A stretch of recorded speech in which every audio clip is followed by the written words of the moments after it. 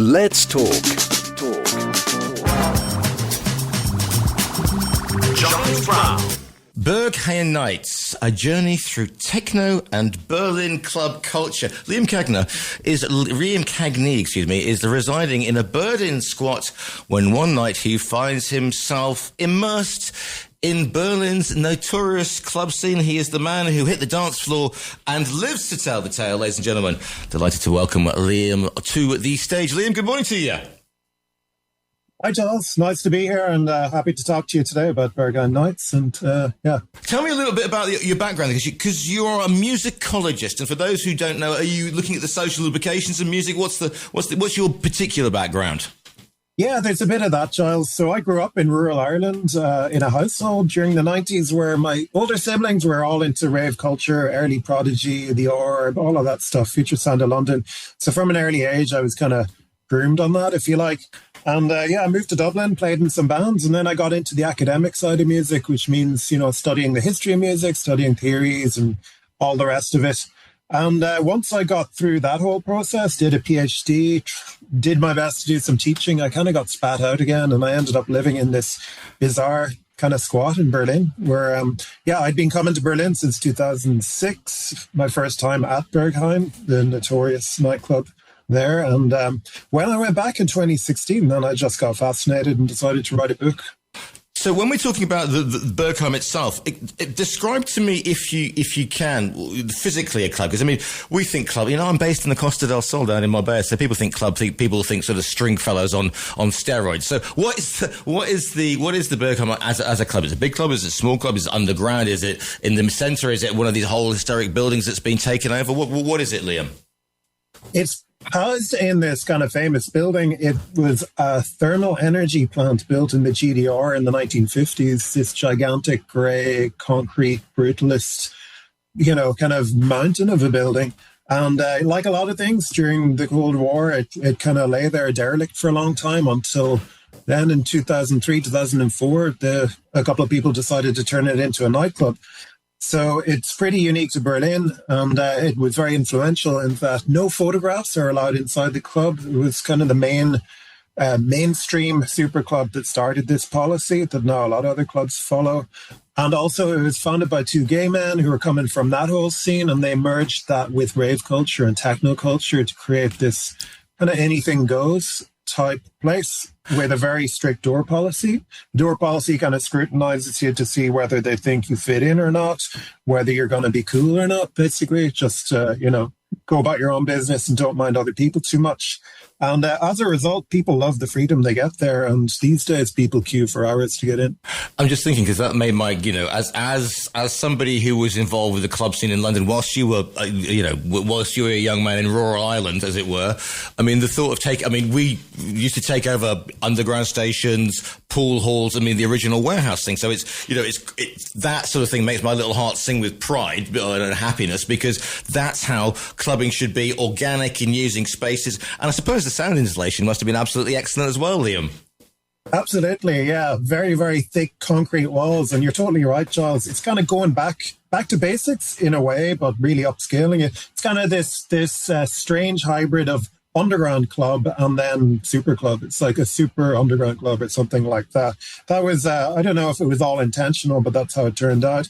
And Berlin had that whole squatting scene going back to the 1980s and running right through into the club scene in the 90s, and it carries that forward. Because this is the thing because if I think, Berlin club scene, I'm thinking quite hard, quite sort of techno-based, but hard techno, stuff that would literally, make most people's sort of speakers run away and whimper behind the sofa in fear. And also, and I'm going to get because, I'm 57, Liam, so forgive me if I get all the things wrong. The lesbian and gay scene over there also is quite, it's quite, is it an open society? Do you have to sort of know the right people to get in? Usually, back in the day, it was always word of mouth. It's different now with TikTok and Reddit and all the rest. And that's kind of a double-edged sword in a way. It's good for business and that it brings a lot of people to the door, but it's harder to keep it secret. But yeah, the gay scene in Berlin goes way back. The gay male scene goes way back to, the 1920s and 30s and all the rest.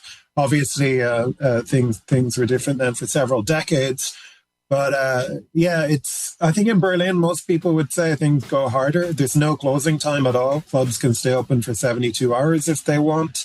I mean, when I first came as a student in 2006, we thought we knew partying. We thought we knew clubbing. We went to electro clash, hardcore type nights. But there was nothing like what we experienced in Berlin that night at Berghain. It was just beyond anything I'd ever experienced. There are rumours of people. I had a friend who was based in Lugano and big on the techno scene, and she went to Berlin, and she went into a club and she came out 3 days later with no idea because it was all dark and it was techno, and she was dressed appropriately, which is probably in her case like 18-inch sort of platform boots, but literally time stood still and she came out 3 days later having a great time. But there you go. It's dangerous. It's dangerous. I know people who would purposely not live in Berlin for that reason, because you have to really trust yourself. But, the two owners, the two founders came from a background in the kind of high arts in a way, and they really thought a lot about the architecture. They've got a lot of artwork all around the club.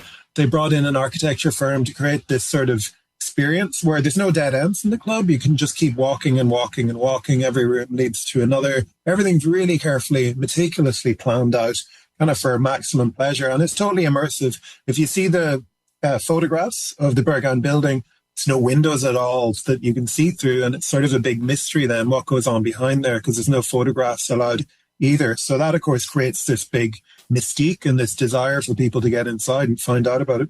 It's interesting as well you mentioned that sort of their art gallery owners, their culture, because in a world that is being taken over by what happened with Ministry of Sound, of course, that became a huge marketing thing, as does Pasha, as does all the other Ibiza clubs. The Berlin scene sees itself not as standing alone in this, but part of the culture life. And, great things come out of, you have to look at the music scene that starts in the, in the 70s in New York, and the culture was 54, but the underground clubbing as well that brings that to the fore. The same thing obviously applies to, what's happening in the art scene in Berlin. And it's not just, I go clubbing, because you get to meet other people who are creative and can express themselves in a what we would probably call now a safe space. Liam. Absolutely that, Chaz. Part of the pleasure is all the different people you meet. You find when you go to Berghain, people are mainly 30s, 40s, 50s, and 60s. It's an older crowd. And what I wanted to do in my book, Berghain Nights, a bit was to chart my own experience passing through the club scene, not only Berghain, but other club nights, but also to start to kind of reframe the narratives around this. Like you're saying, Giles, this isn't just about hedonism. It's not just about blowing off steam. It can be that, of course, as well. But it's also about, I think, having a culturally valid experience. This is really important to a lot of people. So why don't we start taking it seriously? Why don't we start exploring different perspectives about it? So, I had the academic training as well as the life experience. So I put those two things together, and I hope readers of the book can come away with some new ideas about what clubbing as an experience might mean. And also the thing is, because it's Berlin, and again, I'm from that generation, I can remember watching the wall come down, and I was 20 years old. I remember my mum crying on watching it on the TV, because before then, Berlin had always been East and West. It was, Barry and Heroes, and it was Hansa Studios and all that. Then there was this huge sort of, again, it takes place during the second summer of love, when everybody's obviously enjoying that sort of the E-generation clubbing. And then Berlin now has gone, because it's over 25 years since those days. And now Berlin has changed from those those exciting days, or those utopian days perhaps, into you say in the book that the doormen, some of the stuff saying, well, it wasn't like it was back in the day. Is that people looking back with sort of rose-tinted binoculars, Liam, or what's happening there? Yeah, there is a bit of that, Charles, bit of rose-tinted views. But what I find is the native Berliners don't have that view. Berliners are so used to everything changing all the time that for them, that's normal. But yeah, going back to when the club scene in Berlin really kicked off, the techno scene around 89, 1991, there was that synergy that you mentioned with the wall came down, Second Summer of Love had just happened before then, and this new music was coming from Detroit and Chicago. But what was important for Berlin was the spaces. So after the Berlin Wall came down, all of the former Eastern city centre just had all of these empty industrial spaces. And then the people coming from the West, they were all bohemians and dropouts and countercultural types who knew how to, wire a building and knew stuff about squatting. So they were very easily able to slot slot in to these spaces and to create, places not just where music and dancing and fun could happen, but where new ideas could come about as well. And I think that's kind of the legacy of the Berlin club scene in a way. It's they're incubators for people to come up with ideas or to meet people and have collaborations. Where was the music coming from, by the way? Because we're talking about the music and the club scene, but we haven't actually talked about where people get, because, you can't go by, you're not downloading this off streaming service. Are these coming in as rare imports from Chicago? Where's the majority of the music coming from with this one, Liam? Back in the day, yeah, it was imports from Chicago, New York, and so on. Now, these days, I would say Berlin is the capital, probably the world capital of the EDM industry. All of the big, techno agencies are based here, artist management agencies. A lot of ambitious young DJs will move here in order to get their careers going. And so like initially, obviously, Detroit, African-American artists there set the template. People like Jeff Mills, Underground Resistance.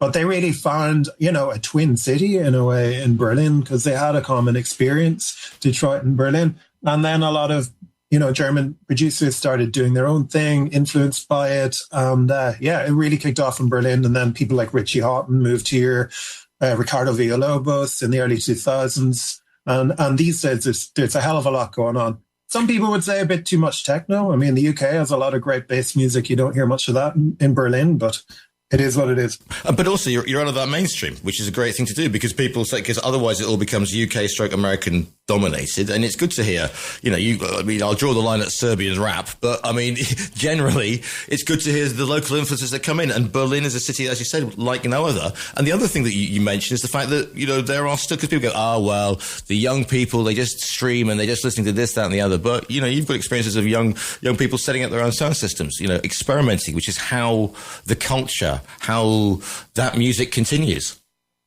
Absolutely. But another point to note, Giles, is like, I guess, techno tourism, you might call it. There's a great Spanish DJ and techno artist I like called Oscar Molero. And anytime he plays at Berghain, usually once or twice a year, he just noticed all the Spaniards have flown over for it. So it's kind of it's a funny one. It's like in the opera scene, opera fans would go to Milan to go to La Scala to hear opera. In the techno or dance music scene, people who love techno, they'll fly to Berlin and to Berghain to hear their favorite artists. So, yeah, one of the things I like about Berlin, and I write about it in the book, is the big flux of people. It's just so many people passing through. But that said, over the past few years, it's got harder to live here. It reminds me more and more of London in a way. Rents are going up. Countercultural bohemian weirdos are in decline, and more ambitious career people are on the rise. But that's what happens, things change. Gentrification of the places, the artists have to move out. We've heard that time, and you have to go somewhere like Leipzig or something, somewhere really off the grid. I mean, when you come to write this, are you talking to friends who were there, the ones who are sort of still standing from that time? Yeah, so good question.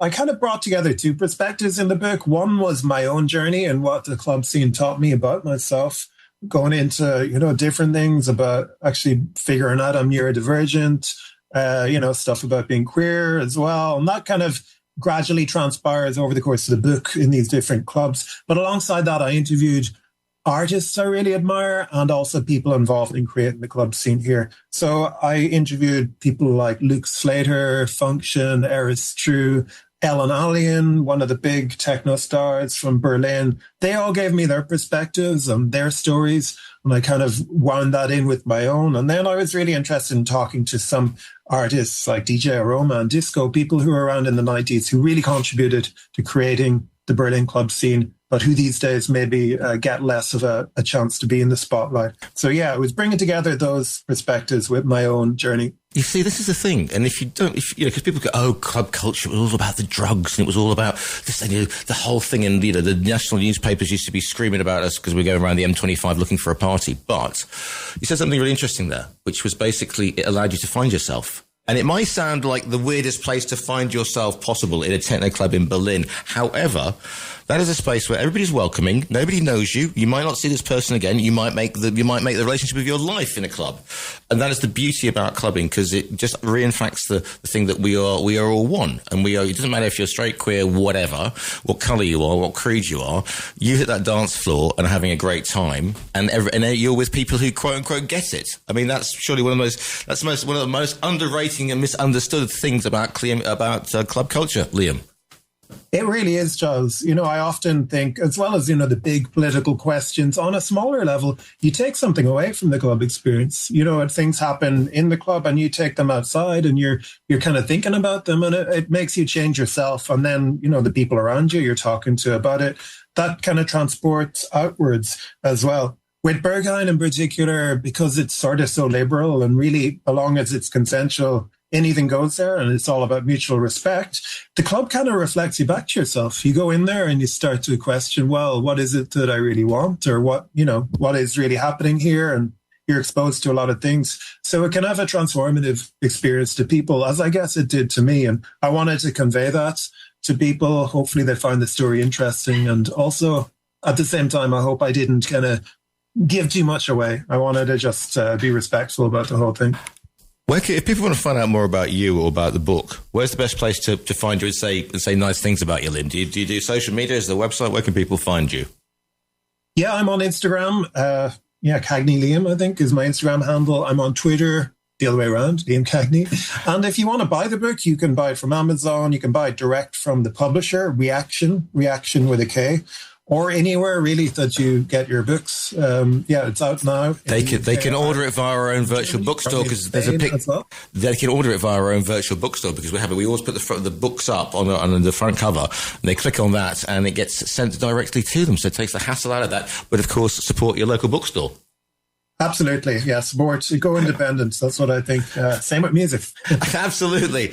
You should do. Is there a playlist to go along with it? Did you pick out a couple of, or is there an audio book and you're gonna drop in a few of the influential tunes from that time? Oh, I couldn't resist writing the book without putting in a playlist. Absolutely. So yeah, there at the back, there's a QR code. Not only is there a playlist for the whole book, there's one for each chapter. So you can kind of follow my journey and the artists I talk to and listen to their music. And yeah, that's it. I work as a teacher as well. So I love just sharing my love and passion and things I've learned. So hopefully people get that from the playlist and from the book. The book is called Berghain Nights. It's by Liam Cagney. Liam, it's been an absolute pleasure to speak to you this afternoon. Wonderful talking to you, Giles. Thanks a lot for having me.